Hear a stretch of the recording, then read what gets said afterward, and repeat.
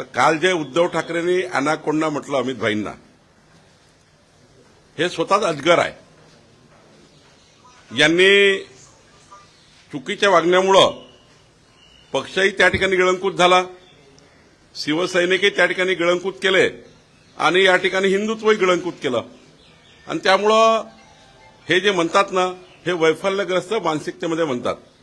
त्यांनाही माहीत आहे की आता राज्यामध्ये त्यांना काही वाव नाही.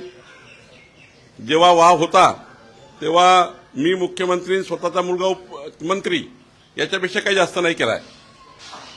म्हणजे परिवारातच सर्व मंत्रिपद आणि मुख्यमंत्रीपद ठेवण्याकरता त्यांची वाटचाल राहिलेली आहे.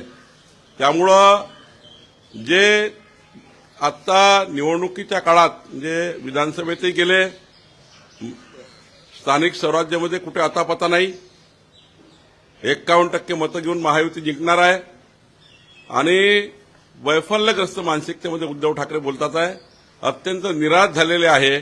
त्यांच्या बॉडी लँग्वेजवरून आपल्याला कळेल. याच्या त्याच्या मुलाबद्दल काय सांगता? तुम्ही काय केलं? तुम्ही तर स्वतःला मुख्यमंत्री आणि घरी मंत्री ठेवला. एखादा शिवसैनिक ऍडजस्ट झाला असता, एखाद्या शिवसैनिकाला त्या ठिकाणी मंत्री बनवता आलं असतं.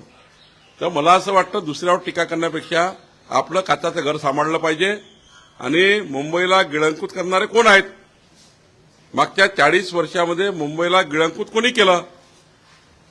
कुणाची सत्ता होती मुंबईमध्ये? कुणाचे महापौर होते? आणि त्यामुळे आता आम्हाला काही शहाणपण शिकू नये.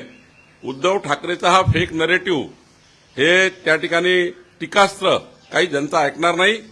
जनता मतदानातनं उद्धव ठाकरेंना उत्तर देईल.